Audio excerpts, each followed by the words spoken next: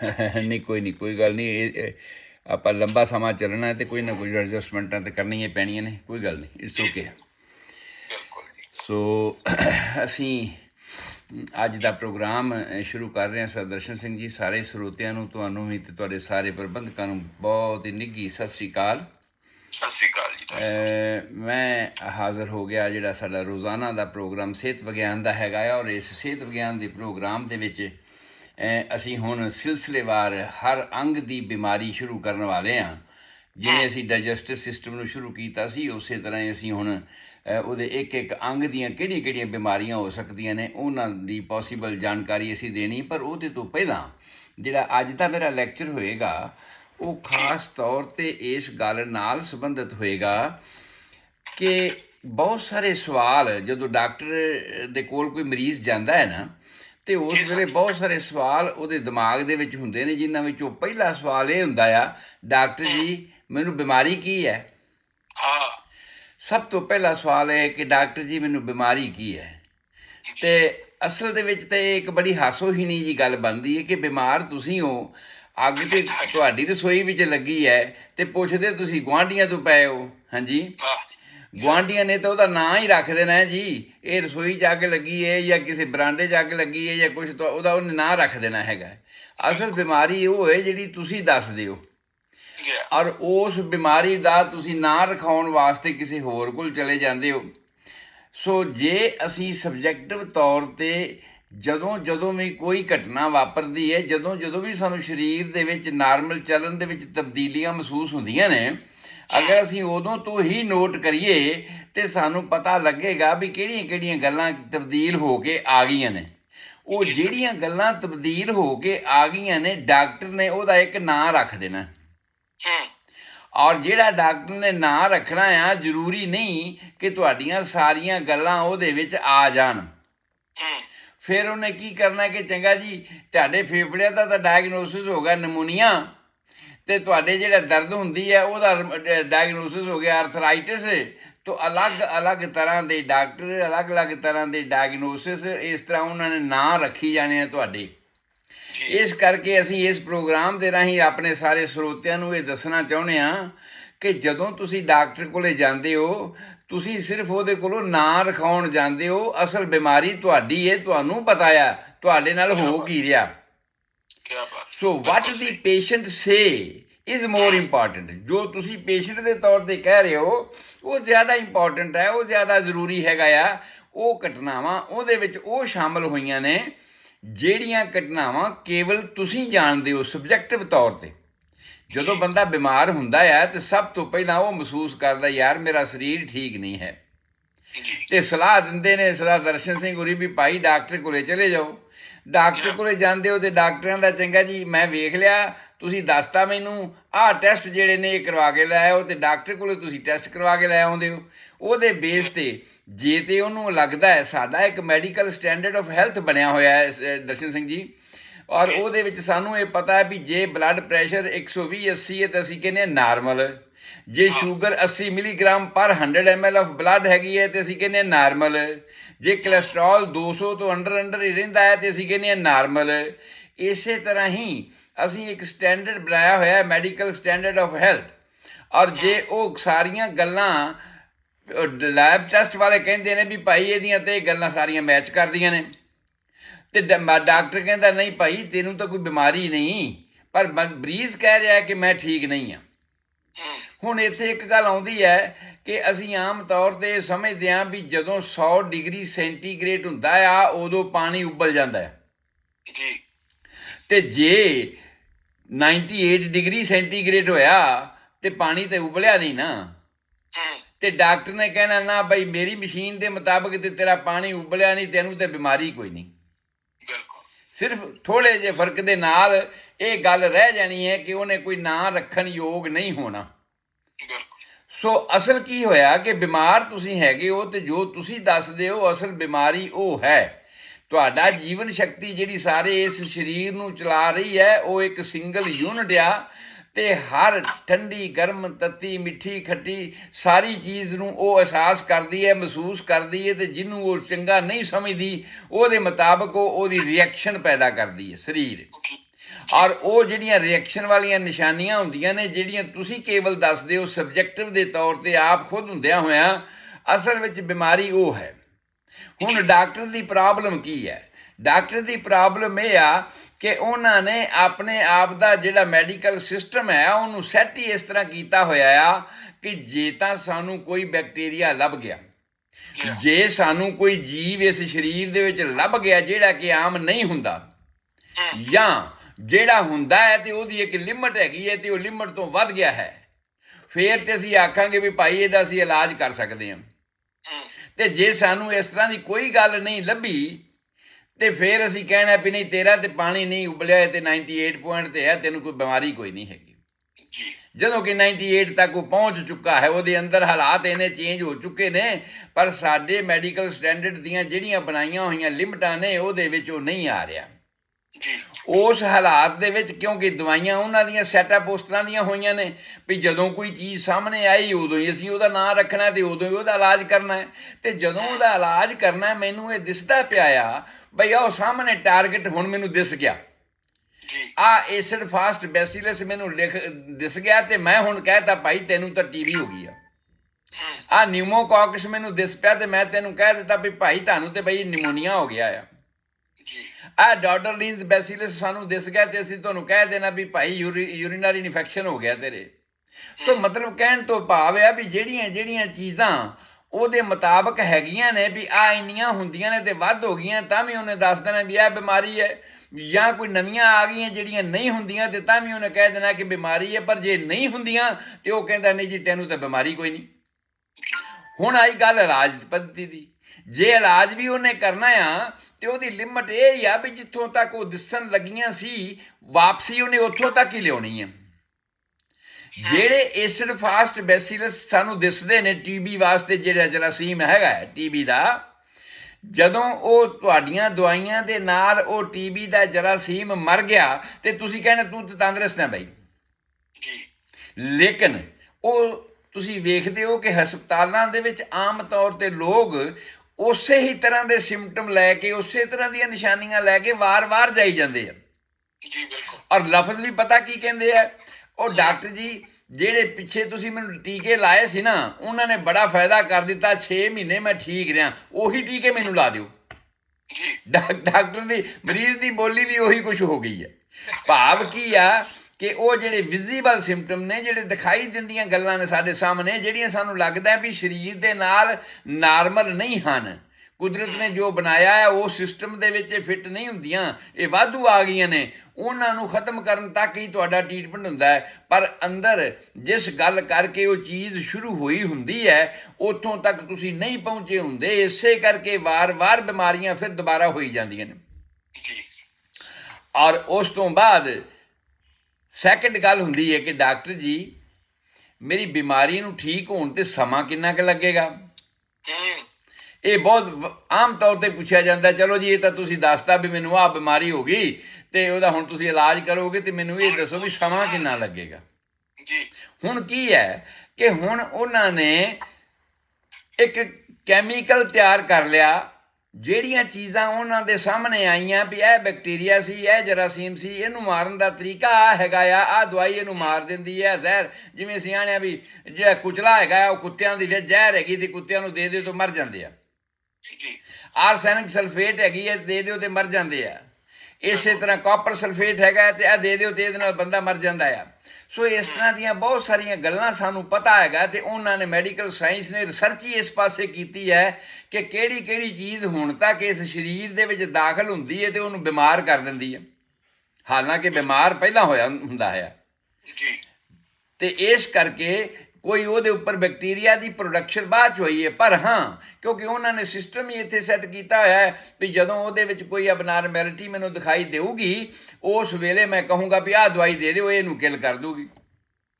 ਤੁਸੀਂ ਹੁਣ ਉੱਥੇ ਆ ਕੇ ਰੁਕ ਜਾਣਾ ਤੇ ਕਹਿਣਾ ਵੀ ਭਾਈ ਫਲਾਣੇ ਬੰਦੇ ਨੂੰ ਮੈਂ ਇੰਨੇ ਟੀਕੇ ਲਾਏ ਸੀ ਤੇ ਉਹਦੇ ਆਹ ਜਰਾਸੀਮ ਮਰ ਗਏ ਸੀ, ਫਲਾਣੇ ਬੰਦੇ ਨੂੰ ਮੈਂ ਇੰਨੀਆਂ ਗੋਲੀਆਂ ਦਿੱਤੀਆਂ ਸੀ, ਇੰਨੇ ਹਫ਼ਤੇ ਦਾ ਕੋਰਸ ਸੀ ਜਾਂ ਇੰਨੇ ਦਿਨਾਂ ਦਾ ਕੋਰਸ ਸੀ, ਉਹ ਮੈਂ ਦਿੱਤਾ ਤੇ ਉਸ ਤੋਂ ਬਾਅਦ ਉਹ ਠੀਕ ਹੋ ਗਿਆ। ਤੁਹਾਡੇ ਕੋਲ ਹੁਣ ਇਹ ਐਸਟੀਮੇਸ਼ਨ ਨੇ ਔਰ ਤੁਸੀਂ ਉਸ ਐਸਟੀਮੇਸ਼ਨ ਦੇ ਮੁਤਾਬਕ ਹੀ ਕਹਿਣਾ ਵੀ ਭਾਈ ਤੇਰਾ 10 ਟੀਕਿਆਂ ਦਾ ਕੋਰਸ ਕਰਵਾ ਲਾ।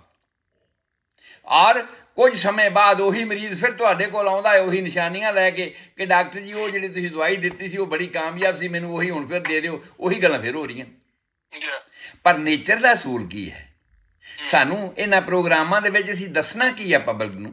ਅਸੀਂ ਪਬਲਿਕ ਨੂੰ ਇਹ ਦੱਸਣਾ ਆ ਕਿ ਉਹਨੇ ਸਰੀਰ ਦੀ ਜਿਹੜੀ ਵੀ ਬਣਤਰ ਬਣਾਈ ਹੈ, ਜਿਹਦੀ ਸਾਰੀ ਡਿਟੇਲ ਅਸੀਂ ਸਾਰੇ ਸਰੋਤਿਆਂ ਦੇ ਨਾਲ ਸਾਂਝੀ ਕੀਤੀ ਆ, ਜਿਹੜੇ ਜਿਹੜੇ ਟਿਸ਼ੂ ਜਿਸ ਤਰ੍ਹਾਂ ਦੀ ਉਹਨੇ ਇੱਟਾਂ ਲਾਈਆਂ ਹੋਈਆਂ ਨੇ, ਜਿਸ ਤਰ੍ਹਾਂ ਦੇ ਉਹਨੇ ਪੱਥਰ ਲਾਏ ਨੇ, ਜਾਂ ਜਿਸ ਤਰ੍ਹਾਂ ਦੇ ਬਾਲੇ ਗਾਡਰ ਵਗੈਰਾ ਉਹਨੇ ਪਾਏ ਨੇ, ਉਹਨੂੰ ਪਤਾ ਆ ਕਿ ਇਹਦੀ ਸਰਵਾਈਵਲ ਰੇਟ ਇੰਨਾ ਹੈ, ਔਰ ਜੇ ਇਹ ਟੁੱਟ ਭੱਜ ਗਈ ਤੇ ਇਹਦੀ ਰਿਪੇਅਰ ਤੱਕ ਕਰਨ ਦਾ ਆਹ ਤਰੀਕਾ ਹੈ ਤੇ ਇੰਨਾ ਸਮਾਂ ਲੱਗੇਗਾ। ਉਹ ਅਸੀਂ ਨੇਚਰ ਦੇ ਵਿੱਚੋਂ ਪੜ੍ਹ ਲਿਆ।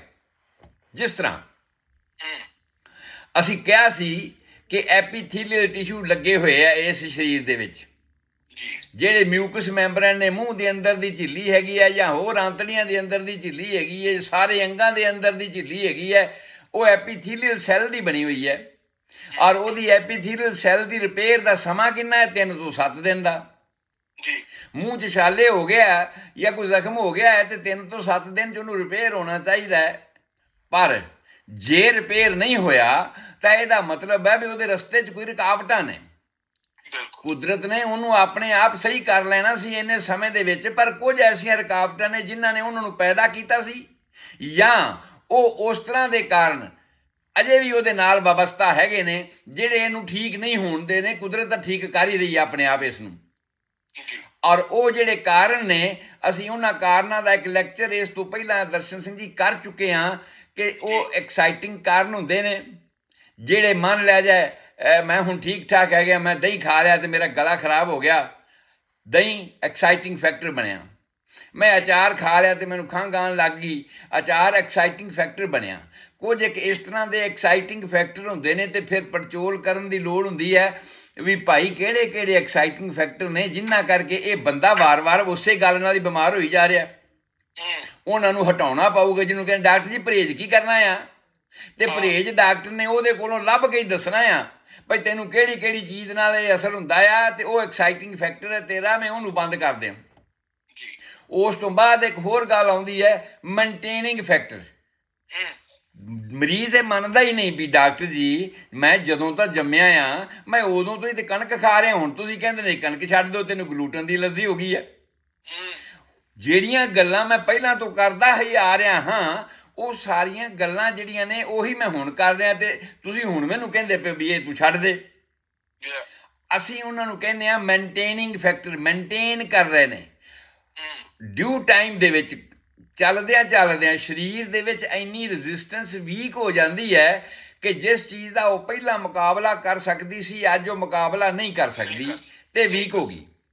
ਅਸਲੀ ਗੱਲ ਹੈ। ਹਾਂਜੀ, ਉਦੋਂ ਉਹ ਸਿੰਪਟਮ ਪੈਦਾ ਹੋਣੇ ਸ਼ੁਰੂ ਹੁੰਦੇ ਨੇ, ਉਦੋਂ ਉਹ ਨਿਸ਼ਾਨੀਆਂ ਪੈਦਾ ਹੋਣੀਆਂ ਸ਼ੁਰੂ ਹੁੰਦੀਆਂ ਨੇ ਕਿ ਹੁਣ ਇਹ ਤੁਹਾਡੇ ਤੇ ਹਾਵੀ ਹੋ ਗਿਆ, ਹੁਣ ਇਹ ਤੁਹਾਡੇ ਕਾਬੂ ਨਹੀਂ ਆਉਂਦਾ।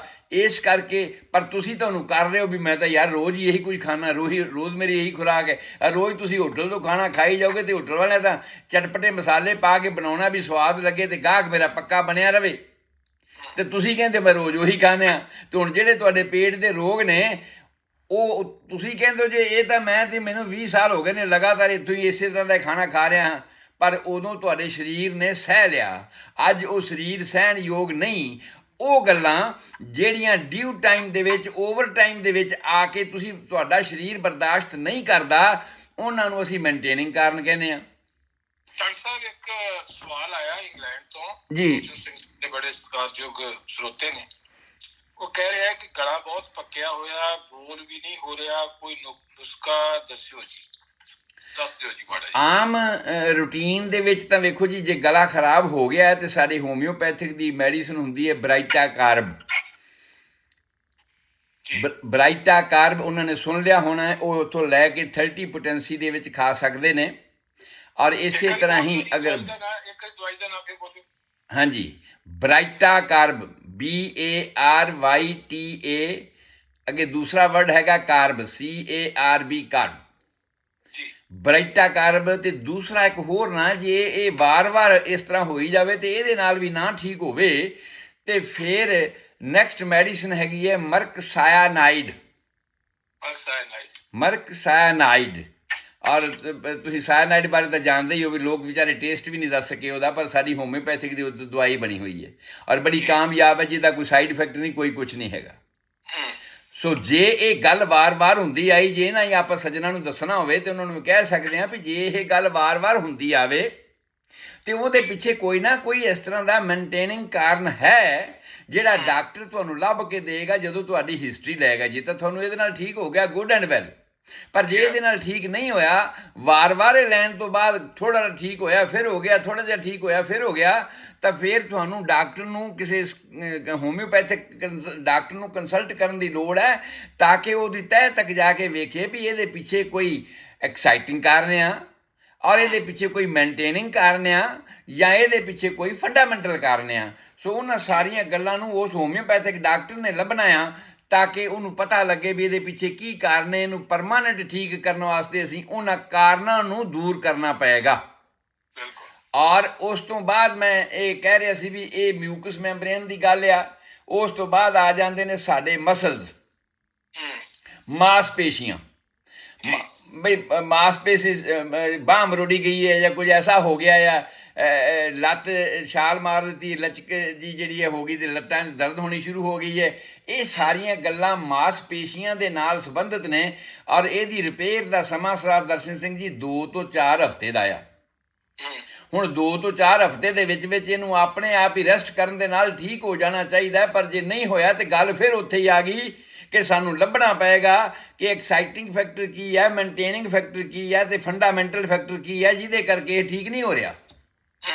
ਉਸ ਤੋਂ ਬਾਅਦ ਆ ਜਾਂਦਾ ਟੈਂਡਨ। ਮੈਂ ਮਾਸਪੇਸ਼ੀਆਂ ਦੀ ਗੱਲ ਜਦੋਂ ਕਰੀ ਸੀ, ਜਦੋਂ ਆਪਾਂ ਪਿੱਛੇ ਦੱਸ ਰਹੇ ਸੀਗੇ ਕਿ ਮਾਸਪੇਸ਼ੀਆਂ ਜਦੋਂ ਸ਼ੁਰੂ ਹੁੰਦੀਆਂ ਨੇ, ਜਿਵੇਂ ਪਹਾੜਾਂ ਦੇ ਉੱਪਰੋਂ ਦਰਿਆ ਪਹਿਲਾਂ ਸ਼ੁਰੂ ਹੁੰਦੇ ਨੇ ਅਤੇ ਘਰਾਲਾਂ ਵਗਦੀਆਂ ਨੇ ਪਹਾੜਾਂ ਦੇ ਉੱਪਰੋਂ ਦੀ ਮੀਂਹ ਦੀਆਂ ਜਾਂ ਬਰਫ਼ ਪੰਘਰ ਕੇ, ਅਤੇ ਉਹ ਪਾਣੀ ਹੇਠਾਂ ਵਗਦਾ ਰਹਿੰਦਾ ਅਲੱਗ-ਅਲੱਗ ਥਾਵਾਂ ਤੋਂ, ਅਤੇ ਹੇਠਾਂ ਇੱਕ ਇਕੱਠਾ ਹੋ ਜਾਂਦਾ ਜਿਹਨੂੰ ਡੈਲਟਾ ਅਸੀਂ ਕਹਿ ਦਿੰਦੇ ਹਾਂ। ਔਰ ਉਸ ਥਾਂ 'ਤੇ ਜਦੋਂ ਇਕੱਠਾ ਹੋ ਜਾਂਦਾ ਅਤੇ ਉਹਨੂੰ ਅਸੀਂ ਬੈਲੀ ਕਹਿੰਦੇ ਹਾਂ। ਜਿੱਥੋਂ ਸ਼ੁਰੂ ਹੋਇਆ ਉਹ ਇਹਦਾ ਓਰੀਜਨ ਆ, ਸ਼ੁਰੂਆਤ ਆ, ਜਿਹੜੀ ਅਲੱਗ-ਅਲੱਗ ਥਾਵਾਂ ਤੋਂ ਹੋਈ। ਜਿਵੇਂ ਸਾਡੇ ਹੱਥਾਂ ਦੀਆਂ ਉਂਗਲਾਂ ਨੇ ਅਤੇ ਅਲੱਗ-ਅਲੱਗ ਥਾਵਾਂ 'ਤੇ ਦਿਸਦੀਆਂ ਪਈਆਂ, ਅਤੇ ਅੱਗੇ ਹੱਥ ਆ ਗਿਆ, ਹੱਥ ਦੇ ਵਿੱਚ ਸਾਰੀਆਂ ਉਂਗਲਾਂ ਹੋ ਇਕੱਠੀਆਂ ਹੋ ਗਈਆਂ ਅਤੇ ਉਹ ਡੈਲਟਾ ਬਣ ਗਿਆ। ਉਦੋਂ ਬਾਅਦ ਫਿਰ ਇੱਕ ਦਰਿਆ ਬਣ ਕੇ, ਜਿਵੇਂ ਬਾਂਹ ਹੈ ਸਾਡੀ, ਦਰਿਆ ਬਣ ਕੇ ਤੁਰ ਪਿਆ ਅੱਗੇ ਨੂੰ। ਜਿਹੜਾ ਮੈਦਾਨਾਂ ਵਾਲੇ ਪਾਸੇ ਜਾਣਾ ਹੁੰਦਾ ਉਸਨੇ ਉਹ ਤੁਰਨਾ ਹੁੰਦਾ ਹੈ। ਸੋ ਮੇਰੇ ਕਹਿਣ ਤੋਂ ਮਤਲਬ ਇਹ ਆ ਕਿ ਇਹ ਜਿਹੜੀਆਂ ਮਾਸਪੇਸ਼ੀਆਂ ਨੇ, ਇਹਨਾਂ ਦਾ ਟੈਂਡਨ ਜਿਹੜਾ ਹੁੰਦਾ ਆ, ਜਿੱਥੇ ਜਾ ਕੇ ਇਹਨੇ ਲੱਗਣਾ ਆ, ਉਸ ਥਾਂ 'ਤੇ ਇਹਨੇ ਜੋੜ ਬਣਾਉਣਾ ਆ ਅਤੇ ਉਹ ਰੱਸੀ ਵਰਗਾ ਹੋ ਜਾਂਦਾ ਆ। ਜਿਵੇਂ ਕੋਈ ਰੱਸੀ ਹੁੰਦੀ ਹੈ, ਤੁਰਿਆ ਤਾਂ ਸੀਗਾ, ਅਲੱਗ-ਅਲੱਗ ਤੰਦਾਂ ਉਂਗਲਾਂ ਦੇ ਵਾਂਗ ਸ਼ੁਰੂ ਹੋਈਆਂ ਸੀ, ਇਕੱਠਾ ਹੋ ਗਿਆ ਅਤੇ ਹਥੇਲੀ ਬਣ ਗਈ। ਹਥੇਲੀ ਤੋਂ ਹੇਠਾਂ ਫਿਰ ਜਾਣਾ ਸ਼ੁਰੂ ਹੋਇਆ ਅਤੇ ਫਿਰ ਉਹ ਬਾਂਹ ਬਣ ਗਈ।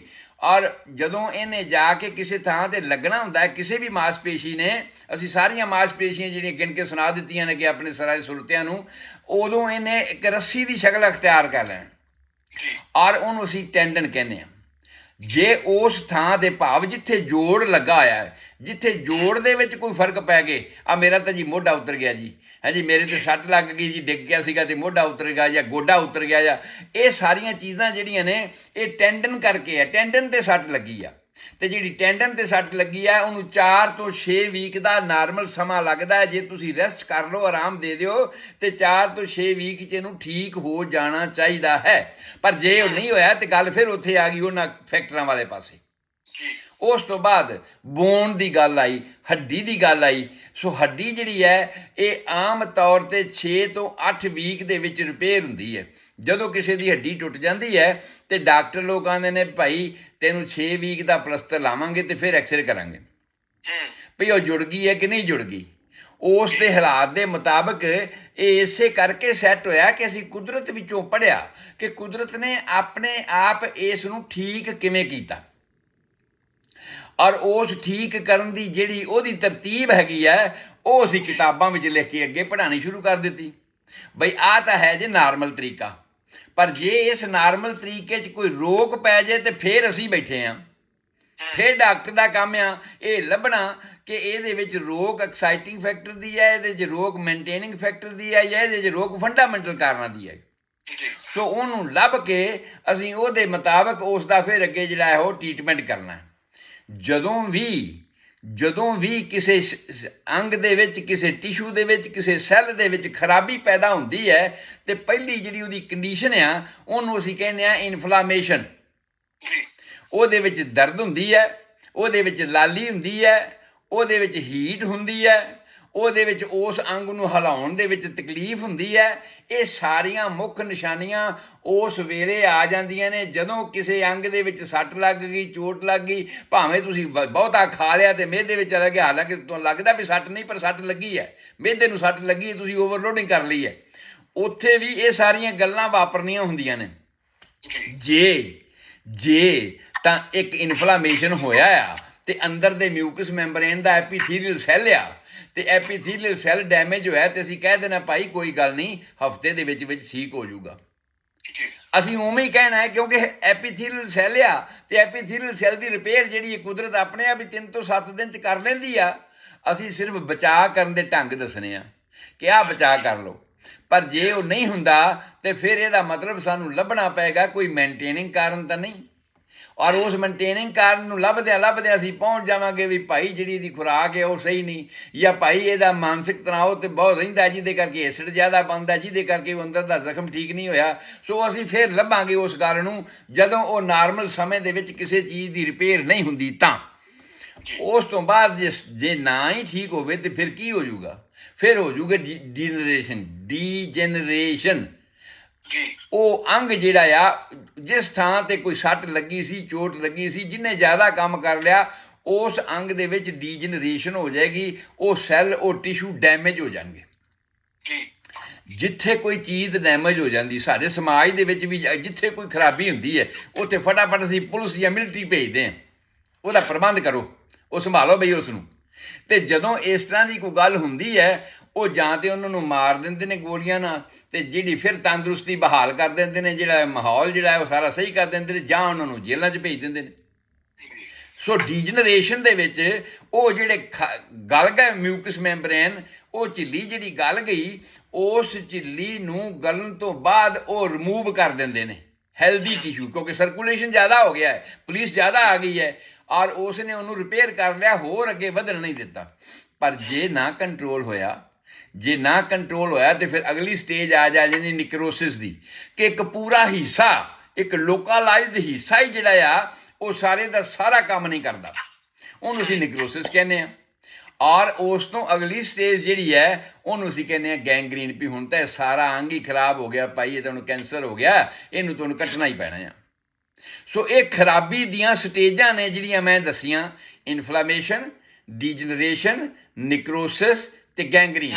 ਇਹ ਸਾਰੀਆਂ ਉਹ ਸਟੇਜਾਂ ਹਨ ਕਿ ਕੋਈ ਸੈੱਲ, ਕੋਈ ਟਿਸ਼ੂ ਜਦੋਂ ਖਰਾਬ ਹੁੰਦਾ ਹੈ ਤੇ ਕਿਵੇਂ ਹੁੰਦਾ ਹੈ। ਤੇ ਜੇ ਸਾਨੂੰ ਕੋਈ ਪੁੱਛੇ ਵੀ ਡਾਕਟਰ ਜੀ ਮੈਨੂੰ ਕਿੰਨਾ ਕੁ ਚਿਰ ਲੱਗੂਗਾ ਠੀਕ ਹੋਣ ਤੇ ਆਟੋਮੈਟਿਕਲੀ ਜਿਹੜਾ ਡਾਕਟਰ ਹੈ, ਜਿਹੜਾ ਜਾਣਦਾ ਆ, ਉਹਨੂੰ ਪਤਾ ਹੋਊਗਾ ਭਾਈ ਜੇ ਤਾਂ ਇਹ ਇਨਫਲਾਮੇਟਰੀ ਸਟੇਜ ਸੀ, ਐਪੀਥੀਲੀਅਲ ਸੈੱਲ ਇਨਵਾਲਵ ਹੋਏ ਨੇ ਤੇ 3 ਤੋਂ 7 ਦਿਨ 'ਚ ਇਹਨੇ ਠੀਕ ਹੋ ਜਾਣਾ। ਜੇ ਹੇਠਾਂ ਵਾਲੇ ਜਿਹੜੀਆਂ ਮਾਸਪੇਸ਼ੀਆਂ ਨੇ ਉਹ ਵੀ ਡੈਮੇਜ ਹੋ ਗਈਆਂ ਨੇ ਤੇ ਫਿਰ ਸਾਨੂੰ ਪਤਾ ਵੀ ਮਾਸਪੇਸ਼ੀਆਂ ਨੇ 2 ਤੋਂ 4 ਹਫ਼ਤੇ ਲੈ ਲੈਣੇ ਨੇ। ਜੇ ਉਹ ਲੰਬੇ ਦੂਰੀ ਤੱਕ ਜਿੱਥੇ ਉਹ ਜਾ ਕੇ ਮਾਸਪੇਸ਼ੀ ਲੱਗੀ ਹੈ ਤੇ ਜਿੱਥੋਂ ਸ਼ੁਰੂ ਹੁੰਦੀ ਹੈ, ਜੇ ਉਹ ਵੀ ਇਨਵਾਲਵ ਹੋ ਗਿਆ ਤੇ ਫਿਰ ਅਸੀਂ ਕਹਿਣਾ ਵੀ ਭਾਈ ਇਹ ਨਿਕਰੋਸਿਸ ਹੋ ਗਿਆ, ਇਹਨੂੰ ਤਾਂ ਕੱਟ ਕੇ ਕੱਢਣਾ ਪੈਣਾ ਹੈ। ਇਹੀ ਸੋ ਮੇਰੇ ਕਹਿਣ ਤੋਂ ਭਾਵ ਹੈ ਵੀ ਇਹ ਕਿ ਤਰਤੀਬ ਆ। ਅਸੀਂ ਜੋ ਮੈਡੀਕਲ ਸਾਇੰਸ ਨੂੰ ਪੜ੍ਹਦੇ ਹਾਂ ਨਾ, ਇਹ ਸਾਰੀ ਦੀ ਸਾਰੀ ਮੈਡੀਕਲ ਸਾਇੰਸ ਜਿਹੜੀ ਹੈ ਅਸੀਂ ਕੁਦਰਤ ਕੋਲੋਂ ਸਿੱਖੀ ਹੈ, ਅਸੀਂ ਪ੍ਰੈਕਟੀਕਲ ਦੇ ਵਿੱਚੋਂ ਸਿੱਖੀ ਹੈ। ਅਸੀਂ ਡੈਡ ਬਾਡੀਆਂ ਦੇ ਉੱਪਰ ਚੀਰ ਫਾੜ ਕਰਕੇ ਕਿਸ ਬਿਮਾਰੀ ਤੋਂ ਬਾਅਦ ਅੱਗੇ ਕੀ ਹੋਇਆ, ਅਸੀਂ ਸੱਪ ਦੀ ਲੀਹ ਵੇਖ ਲਈ ਕਿ ਆਹ ਸੱਪ ਦੀ ਲੀਹ ਹੈਗੀ ਹੈ, ਸਾਨੂੰ ਨਹੀਂ ਪਤਾ ਸੱਪ ਤੇ ਲੰਘ ਗਿਆ, ਬੰਦਾ ਤੇ ਮਰ ਗਿਆ, ਹੁਣ ਬੰਦਾ ਤੇ ਮਰਿਆ ਸਾਡੇ ਸਾਹਮਣੇ ਪਿਆ ਆ, ਅਸੀਂ ਉਹਦਾ ਚੀਰ ਫਾੜ ਕਰਕੇ, ਜਿਹਨੂੰ ਐਟੋਪਸੀ ਕਹਿੰਦੇ ਹਾਂ ਅਸੀਂ, ਉਹਦੇ ਤੋਂ ਵੇਖ ਕੇ ਅਸੀਂ ਅੱਗੇ ਚੱਲਦੇ ਜਾਣਾ ਵੀ ਅਲਟੀਮੇਟ ਗਿਆ ਕਿੱਥੇ ਆ ਔਰ ਅੱਗੇ ਗਿਆ ਕਿੱਥੇ ਆ, ਉਹ ਅਸੀਂ ਵੇਖਣ ਵਾਸਤੇ ਉਹਨੂੰ ਐਟੋਪਸੀ ਕਰਦੇ ਹਾਂ ਤੇ ਲੱਭਦੇ ਹਾਂ ਵੀ ਅੱਗੇ ਕੀ ਕੁਛ ਹੋ ਸਕਦਾ ਹੈ, ਅੱਗੇ ਕਿੱਥੇ ਪਹੁੰਚ ਸਕਦੀ ਹੈ, ਜਿਹਦੇ ਤੋਂ ਸਾਨੂੰ ਕਈ ਗੱਲਾਂ ਜਿਹੜੀਆਂ ਲਿਵਿੰਗ ਬੀਇੰਗ ਦੇ ਵਿੱਚ ਨਹੀਂ ਪਤਾ ਲੱਗਦਾ, ਜਿਉਂਦੇ ਬੰਦੇ 'ਚ ਨਹੀਂ ਪਤਾ ਲੱਗਦਾ, ਉਹ ਸਾਨੂੰ ਬਾਅਦ ਵਿੱਚ ਪਤਾ ਲੱਗਦਾ ਹੈਗਾ, ਜਿਹਨੂੰ ਅਸੀਂ ਪੈਥੋਲੋਜੀ ਕਹਿੰਦੇ ਹਾਂ। ਪੈਥੋਲੋਜੀਕਲ ਚੇਂਜਸ ਕੀ ਹੋ ਗਈਆਂ ਨੇ, ਉਹ ਅਸੀਂ ਮਰੇ ਹੋਏ ਬੰਦੇ ਦੀ ਐਟੋਪਸੀ ਕਰਕੇ ਉਹਦੇ ਵਿੱਚੋਂ ਲੱਭਦੇ ਹਾਂ ਵੀ ਆਹ ਇਸ ਤਰ੍ਹਾਂ ਦੀਆਂ ਇਹਦੀਆਂ ਨਿਸ਼ਾਨੀਆਂ ਸੀ, ਇਹਨੂੰ ਹੁੰਦਾ ਸੀ, ਉਹ ਜਿਹੜਾ ਕਿ ਨਾਰਮਲ ਸਮੇਂ 'ਚ ਠੀਕ ਨਹੀਂ ਹੋਇਆ, ਉਹ ਜਿਹੜਾ ਕਿ ਸਾਡੇ ਪ੍ਰਬੰਧਾਂ ਦੇ ਕਰਕੇ ਠੀਕ ਨਹੀਂ ਹੋਇਆ, ਉਹ ਜਿਹੜਾ ਕਿ ਐਕਸਾਈਟਿੰਗ ਫੈਕਟਰ ਸਾਡੀ ਵਰਤ ਲੈ ਉਹ ਪਾਸੇ ਕਰ ਦਿੱਤੇ ਨਹੀਂ ਠੀਕ ਹੋਇਆ, ਮੇਨਟੇਨਿੰਗ ਕਾਜ਼ ਅਸੀਂ ਵੇਖ ਲਿਆ ਸੀ ਉਹਦੇ ਨਾਲ ਠੀਕ ਨਹੀਂ ਹੋਇਆ। ਇਹਦੇ ਪਿੱਛੇ ਕੋਈ ਇਸ ਤਰ੍ਹਾਂ ਦਾ ਫੰਡਾਮੈਂਟਲ ਕਾਰਨ ਸੀ ਜਿਹੜਾ ਸਾਡੀ ਪਹੁੰਚ ਤੋਂ ਬਾਹਰ ਸੀ ਅਤੇ ਬੰਦਾ ਮਰ ਗਿਆ। ਔਰ ਅਲਟੀਮੇਟ ਉਹਦੇ 'ਚ ਕੀ ਚੇਂਜਸ ਆਈਆਂ ਉਹ ਅਸੀਂ ਉੱਥੋਂ ਲੱਭਦੇ ਹਾਂ, ਜਿਹਨੂੰ ਅਸੀਂ ਕਹਿੰਦੇ ਹਾਂ ਪੈਥੋਲੋਜੀ ਹੋ ਗਈ। ਹੁਣ ਜਦੋਂ ਕਿਸੇ ਚੀਜ਼ ਦੀ ਰਿਪੇਅਰ ਹੁੰਦੀ ਆ, ਰਿਪੇਅਰ ਹੋਣ ਵਾਸਤੇ ਫਿਰ ਇੱਕ ਰਿਵਰਸ ਸਾਈਕਲ ਚੱਲਦਾ, ਜਿਹਨੇ ਰਿਪੇਅਰ ਹੋ ਜਾਣਾ, ਜਿਹਨੇ ਠੀਕ ਹੋ ਜਾਣਾ, ਉਹਦੀ ਰਿਪੇਅਰ ਦਾ ਇਸ ਤਰ੍ਹਾਂ ਆ ਕਿ ਸਭ ਤੋਂ ਪਹਿਲਾਂ ਹੋਮਿਓਸਟੈਟਿਕ ਹੁੰਦਾ, ਭਾਵ ਕਿ ਉੱਥੇ ਤੁਸੀਂ ਪੁਲਿਸ ਮਿਲਟਰੀ ਭੇਜ ਦਿੱਤੀ ਵੀ ਜਾਓ ਵੀ ਉਹਦੀ ਰਿਪੇਅਰ ਕਰੋ, ਉੱਥੋਂ ਦਾ ਜਿਹੜਾ ਹਾਲਾਤ ਹੈ ਉਹਨੂੰ ਸੁਧਾਰੋ। ਜਿਵੇਂ ਇਨਫਲਾਮੇਸ਼ਨ ਦੇ ਵਿੱਚ ਵੀ ਪੁਲਿਸ ਮਿਲਟਰੀ ਭੇਜੀ ਸੀ ਪਰ ਖਰਾਬੀ ਹੋ ਗਈ ਸੀ, ਪਰ ਹੁਣ ਕੀ ਹੈ, ਹੁਣ ਅਸੀਂ ਹੋਮਿਓਸਟੈਟ ਭੇਜਣਾ ਵੀ ਰਿਪੇਅਰ ਕਰੋ, ਜੋ ਕੋਈ ਡੈਮੇਜ ਹੋ ਚੁੱਕੀ ਹੈ ਉਹਦੀ ਰਿਪੇਅਰ ਕਰੋ। ਔਰ ਰਿਪੇਅਰ ਕਰੋਗੇ ਜਦੋਂ ਉੱਥੇ ਪੁਲਿਸ ਜ਼ਿਆਦਾ ਆਊਗੀ, ਗਰਮਾ ਗਰਮੀ ਤੇ ਆਪੇ ਹੋਏਗੀ, ਉਹ ਇਨਫਲਾਮੇਸ਼ਨ ਵਾਲੇ ਸਾਈਨ ਜਿਹੜੇ ਨੇ ਫਿਰ ਵਾਪਸ ਆਉਣਗੇ, ਸੋਜ ਵੀ ਆ ਜਾਏਗੀ, ਲਾਲੀ ਵੀ ਆ ਜਾਏਗੀ। ਅਸੀਂ ਕਹਿੰਦੇ ਹਾਂ ਵੀ ਭਾਈ ਪਹਿਲਾਂ ਤਾਂ ਠੀਕ ਹੋ ਗਿਆ ਸੀਗਾ, ਦਰਦ ਦੁਰਦ ਬੰਦ ਹੋ ਗਿਆ, ਹੁਣ ਦਰਦ ਫਿਰ ਹੋਣਾ ਸ਼ੁਰੂ ਹੋ ਗਿਆ, ਤੇ ਨਿਸ਼ਾਨੀ ਕੀ ਹੋਈ ਬਈ ਜਿਹੜਾ ਤੁਹਾਡਾ ਸੈੱਲ ਖਰਾਬ ਸੀ ਉਹ ਰਿਪੇਅਰ ਹੋ ਰਿਹਾ, ਇਹ ਉਹਦੀ ਨਿਸ਼ਾਨੀ ਹੈ ਬਈ ਇਹ ਹੁਣ ਫਿਰ ਦੁਬਾਰਾ ਦਰਦ ਕਰਨ ਲੱਗਿਆ, ਇਹ ਜਿਹੜੀ ਚੀਜ਼ ਹੈ ਹੁਣ ਰਿਪੇਅਰ ਹੋ ਰਹੀ ਹੈ। ਹੋਮਿਓਸਟੈਟਿਕ ਤੋਂ ਬਾਅਦ ਖੂਨ ਇਕੱਠਾ ਹੋ ਗਿਆ, ਖੂਨ ਨੇ ਇਹਦੇ ਉੱਤੇ ਕਾਰਵਾਈ ਕਰਨੀ ਹੈ, ਔਰ ਉਸ ਤੋਂ ਬਾਅਦ ਉਹਦੇ 'ਚ ਸੋਜ, ਇਨਫਲਾਮੇਸ਼ਨ, ਲਾਲੀ, ਹੀਟ ਸਾਰਾ ਕੁਝ ਆਉਣਾ ਆ, ਉਹ ਸਾਈਨ ਆ ਗਿਆ। ਉਸ ਤੋਂ ਬਾਅਦ ਦੀ ਸੈਕੰਡ ਸਟੇਜ ਤੇ ਥਰਡ ਸਟੇਜ ਹੈਗੀ ਹੈ ਪ੍ਰੋਲੀਫੀਰੇਸ਼ਨ, ਅਸੀਂ ਉਹਨੂੰ ਕਹਿੰਦੇ ਹਾਂ। ਬਈ ਇੱਥੇ ਬਈ ਜਿਹੜੇ ਘਰ ਮਕਾਨ ਟੁੱਟ ਗਏ ਨੇ, ਤੂਫਾਨ ਆਇਆ ਸੀਗਾ, ਭੁਚਾਲ ਹੋ ਗਿਆ ਸੀ, ਜਾਂ ਕੁਛ ਵੀ ਟਰਨਾਡੋ ਆ ਗਿਆ ਸੀਗਾ, ਘਰ ਡਿੱਗ ਪਏ ਨੇ, ਅਸੀਂ ਹੁਣ ਉਹਨਾਂ ਨੂੰ ਰਿਪੇਅਰ ਕਰਨਾ ਹੈ, ਉੱਥੇ ਲੱਕੜ ਬਾਲਣ ਜੋ ਵੀ ਕੋਈ ਚਾਹੀਦਾ, ਸ਼ਤੀਰੀਆਂ, ਉਹ ਸਾਰੀਆਂ ਅਸੀਂ ਇਕੱਠੀਆਂ ਕਰਨੀਆਂ ਨੇ। ਇਸੇ ਤਰ੍ਹਾਂ ਸਰੀਰ ਦੇ ਵਿੱਚ ਸਾਡੇ ਕੋਲ ਬਲੱਡ ਵੈਸਲਸ ਹੈਗੀਆਂ ਨੇ, ਖੂਨ ਲਿਆਉਣ ਵਾਲੀਆਂ ਨਾੜੀਆਂ ਨੇ, ਖੂਨ ਲਿਜਾਣ ਵਾਲੀਆਂ ਨਾੜੀਆਂ ਨੇ, ਔਰ ਨਰਵਸ ਸਿਸਟਮ ਹੈ ਉੱਥੋਂ ਦੀ ਰਿਪੋਰਟ ਦੇਣ ਵਾਸਤੇ ਹੈਗਾ ਆ, ਔਰ ਲਿੰਫ ਚੈਨਲ ਹੈਗਾ ਵੀ ਜਿਹੜਾ ਉੱਥੋਂ ਦਾ ਕੂੜਾ ਕੱਟ ਗਾਰਬੇਜ ਜਿਹੜਾ ਆ ਉਹ ਵਾਪਸ ਨਾ ਜਾਵੇ, ਉਹ ਰਸਤੇ 'ਚ ਰੋਕਿਆ ਜਾਵੇ, ਸਾਰੇ ਸਰੀਰ 'ਚ ਨਾ ਫੈਲੇ। ਸੋ ਇਹਨੂੰ ਅਸੀਂ ਕਹਿੰਦੇ ਹਾਂ ਪ੍ਰੋਲੀਫੀਰੇਸ਼ਨ। ਇਹ ਸਾਰੀ ਕਿਰਿਆ ਹਰੇਕ ਥਾਂ ਦੀ ਡੈਮੇਜ ਤੋਂ ਬਾਅਦ ਹੁੰਦੀ ਹੀ ਹੁੰਦੀ ਹੈ, ਔਰ ਉਸ ਤੋਂ ਬਾਅਦ ਹੁੰਦੀ ਹੈ ਰੀਮਾਡਲਿੰਗ। ਤੁਸੀਂ ਦੇਖਿਆ ਹੋਣਾ ਹੈ, ਜੇ ਕਿਸੇ ਦੀ ਹੱਡੀ ਟੁੱਟ ਜਾਵੇ ਤੇ ਡਾਕਟਰ ਨੂੰ ਜੋੜ ਕੇ ਉੱਤੇ ਪਲਸਤਰ ਲਾ ਦੇਣ, ਤੇ ਜੇ ਰੂਟੀਨ 'ਚ ਕੋਈ ਐਕਸਰੇ ਵੇਖੇ ਨਾ, ਰੂਟੀਨ 'ਚ ਐਕਸਰੇ ਵੇਖੇ ਤਾਂ ਉਹਨੂੰ ਪਤਾ ਲੱਗੂਗਾ ਵੀ ਜੋੜ 6 ਹਫ਼ਤਿਆਂ ਦੇ ਵਿੱਚ ਤਾਂ ਲੱਗ ਗਿਆ, ਪਰ ਜੋੜ ਦੇ ਉੱਪਰ ਕੈਲਸ਼ੀਅਮ ਬਹੁਤ ਜ਼ਿਆਦਾ ਚੜ ਗਿਆ, ਬਹੁਤ ਮੋਟਾ ਹੋ ਗਿਆ। ਅਲਟੀਮੇਟ ਕੀ ਹੈ, ਉਹਨੂੰ ਰੀਮਾਡਲ ਕਰਨਾ ਉਹਨਾਂ ਨੇ, ਹੌਲੀ ਹੌਲੀ ਉਹ ਜਿਹੜਾ ਉੱਪਰਲੀ ਕੈਲਸ਼ੀਫਿਕੇਸ਼ਨ ਆ ਉਸ ਨੇ ਟੁੱਟਦੀ ਜਾਣਾ ਹੈ, ਉਹਦੇ ਕੋਲ ਸਪਲਾਈ ਨਹੀਂ ਪਹੁੰਚਣੀ, ਅੰਦਰ ਵਾਲਾ ਚੈਨਲ ਨਾਰਮਲ ਹੋ ਗਿਆ, ਉਹਨੂੰ ਖੂਨ ਸਪਲਾਈ ਹੋ ਗਈ, ਬਾਹਰ ਜਿਹੜਾ ਦੂਰ ਦੀ ਕੈਲਸੀਫਿਕੇਸ਼ਨ ਸੀ ਉਹਦੀ ਸਪਲਾਈ ਨਹੀਂ ਹੋਈ, ਉਹਨੇ ਫਿਰ ਟੁੱਟਣਾ ਸ਼ੁਰੂ ਕਰਨਾ। ਕੁਦਰਤ ਦਾ ਨਿਯਮ ਆ, ਔਰ ਉਸ ਕੁਦਰਤ ਦੇ ਨਿਯਮ ਦੇ ਨਾਲ ਇਹ ਰੀਮਾਡਲਿੰਗ ਇਹਦੀ ਜਿਹੜੀ ਆ ਹੋਣੀ ਸ਼ੁਰੂ ਹੋ ਜਾਣੀ ਹੈ। ਸੋ ਇਹ ਗੱਲਾਂ ਜਿਹੜੀਆਂ ਅਸੀਂ ਅੱਜ ਦੇ ਸਮੇਂ 'ਚ ਦੱਸ ਦਿੱਤੀਆਂ, ਇਹਦੇ ਮੁਤਾਬਕ ਜਿਹੜੀ ਸਾਡੀ ਰਿਪੇਅਰ ਹੁੰਦੀ ਹੈ, ਉਹ ਜਿਹੜੇ 2 ਸਵਾਲ ਹੋ ਗਏ ਉਹ ਵੀ ਹੱਲ ਹੋ ਗਏ। ਔਰ ਇਸ ਤੋਂ ਬਾਅਦ ਅੱਗੇ ਅਸੀਂ ਚੱਲਾਂਗੇ ਵੀ ਮੂੰਹ ਦੇ ਅੰਦਰ ਵੜਨ ਤੋਂ ਪਹਿਲਾਂ ਸਾਡੇ ਸਾਹਮਣੇ ਚਿਹਰਾ ਆ, ਚਿਹਰੇ ਦੀ ਜਿਹੜੀਆਂ ਗੱਲਾਂ ਨੇ ਉਹ ਅਸੀਂ ਅਗਲੇ ਪ੍ਰੋਗਰਾਮ ਦੇ ਵਿੱਚ ਸਾਰੇ ਸਰੋਤਿਆਂ ਦੇ ਨਾਲ ਸਾਂਝੀਆਂ ਕਰਾਂਗੇ। ਬਈ ਚਿਹਰੇ 'ਚ ਕਿਹੜੀਆਂ ਕਿਹੜੀਆਂ ਤਰ੍ਹਾਂ ਦੀਆਂ ਬਿਮਾਰੀਆਂ, ਕਈ ਵਿਚਾਰੇ ਦਾੜੀ ਖੁਰਕੀ ਜਾਂਦੇ ਨੇ, ਦਾੜੀ ਦੇ ਵਿੱਚੋਂ ਵਾਲ ਟੁੱਟਣੇ ਸ਼ੁਰੂ ਹੋ ਜਾਂਦੇ ਨੇ, ਸਾਫ਼ ਹੋ ਜਾਂਦੇ ਨੇ, ਕਈਆਂ ਨੂੰ ਫੁੱਲਬੈਰੀ ਹੋ ਜਾਂਦੀ, ਕਈਆਂ ਨੂੰ ਕੋਈ, ਉਹ ਸਾਰੀਆਂ ਗੱਲਾਂ ਜਿਹੜੀਆਂ ਨੇ ਉਹ ਮੈਂ ਕੱਲ੍ਹ ਨੂੰ ਤੁਹਾਡੇ ਨਾਲ ਇਸ ਪ੍ਰੋਗਰਾਮ ਦੇ ਵਿੱਚ ਸਾਂਝਾ ਕਰਾਂਗਾ। ਬਈ ਚਿਹਰੇ ਦੇ ਮੂੰਹ ਦੇ ਅੰਦਰ ਵੜਨ ਤੋਂ ਪਹਿਲਾਂ, ਡਾਈਜੈਸਟਿਵ ਕਨਾਲ ਦੇ ਅੰਦਰ ਵੜਨ ਤੋਂ ਪਹਿਲਾਂ ਸਾਡੇ ਸਾਹਮਣੇ ਚਿਹਰਾ ਹੈਗਾ ਹੈ, ਤੇ ਉਸ ਚਿਹਰੇ ਨੂੰ ਕਿਹੜੀਆਂ ਕਿਹੜੀਆਂ ਬਿਮਾਰੀਆਂ ਹੋ ਸਕਦੀਆਂ ਨੇ, ਔਰ ਉਹਦਾ ਕੀ ਕੁਛ ਕਰਨ ਵਾਲੀ ਗੱਲ ਹੈ, ਨਿਸ਼ਾਨੀਆਂ ਕੀ ਹੋਣਗੀਆਂ, ਇਹ ਮੈਂ ਕੱਲ੍ਹ ਨੂੰ ਤੁਹਾਡੇ ਸਾਰਿਆਂ ਨਾਲ ਸਾਂਝਾ ਕਰਾਂਗਾ। ਅੱਜ ਦਾ ਸਮਾਂ ਸਮਾਪਤ। ਮੈਂ ਗੁਰਦੀਪ ਸਿੰਘ ਸੰਧੂ, ਤੁਹਾਡਾ ਹੋਮਿਓਪੈਥਿਕ ਕੰਸਲਟੈਂਟ, ਤੁਹਾਡੀ ਸੇਵਾ 'ਚ ਹਾਜ਼ਰ ਹਾਂ। 7021 ਵਿਲੇਜ ਪਾਰਕ ਵੇ, ਡਬਲਿਨ, ਕੈਲੀਫੋਰਨੀਆ 94568। ਮੇਰਾ ਈਮੇਲ ਐਡਰੈਸ ਹੈ homeomedicine@yahoo.com, ਔਰ ਤੁਸੀਂ ਕਿਸੇ ਵੀ ਵੇਲੇ ਫ਼ੋਨ ਕਰਕੇ ਜਾਂ ਈਮੇਲ ਰਾਹੀਂ ਮੇਰੇ ਨਾਲ ਰਾਬਤਾ ਕਾਇਮ ਕਰ ਸਕਦੇ ਹੋ। ਕਿਸੇ ਵੀ ਬਿਮਾਰੀ ਬਾਰੇ ਰਾਏ ਲੈਣਾ ਚਾਹੁੰਦੇ ਹੋ ਜਾਂ ਹੋਮਿਓਪੈਥਿਕ ਤਰੀਕੇ ਰਾਹੀਂ ਇਲਾਜ ਕਰਵਾਉਣਾ ਚਾਹੁੰਦੇ ਹੋ। ਮੇਰਾ ਸਲੋਗਨ ਇਹ ਆ ਕਿ ਜਦੋਂ ਥੱਕ ਜਾਓ, ਹਰ ਉਮਰ ਦੇ ਵਿੱਚ ਕਿਸੇ ਵੀ ਬਿਮਾਰੀ ਦਾ ਇਲਾਜ ਕਰਵਾਉਂਦਿਆਂ ਥੱਕ ਜਾਓ, ਤੇ ਫਿਰ ਉਹ ਚੁਰਸਤੇ 'ਚੋਂ ਰਸਤਾ ਲੱਭਣ ਵਾਲੇ ਵੀ ਮੇਰਾ ਸਹੀ ਰਸਤਾ ਘਰ ਨੂੰ ਕਿਹੜਾ ਜਾਣ ਵਾਲਾ ਹੈ, ਉਸ ਸਿਧਾਂਤ ਵਾਸਤੇ ਤੁਸੀਂ ਮੈਨੂੰ ਕਾਲ ਕਰ ਸਕਦੇ ਹੋ। ਤੁਹਾਡਾ ਸਾਰਿਆਂ ਦਾ ਰੱਬ ਰਾਖਾ, ਤੁਹਾਡੇ ਸਾਰਿਆਂ ਦੀ ਚੰਗੀ ਸਿਹਤ ਲਈ ਦੁਆ ਕਰਦਾ ਹਾਂ। ਸਤਿ ਸ਼੍ਰੀ ਅਕਾਲ, ਆਦਾਬ, ਨਮਸਕਾਰ। ਬਹੁਤ ਮਿਹਰਬਾਨੀ ਡਾਕਟਰ ਸਾਹਿਬ, ਬਹੁਤ ਵੱਡੀਆਂ ਜਾਣਕਾਰੀਆਂ ਜੀ, ਸੋਚੋ ਬਹੁਤ ਖੂਬ ਜਾਣਕਾਰੀ ਹੈ, ਇਹਨਾਂ ਨੂੰ ਪੱਲੇ ਬੰਨ ਲਓ।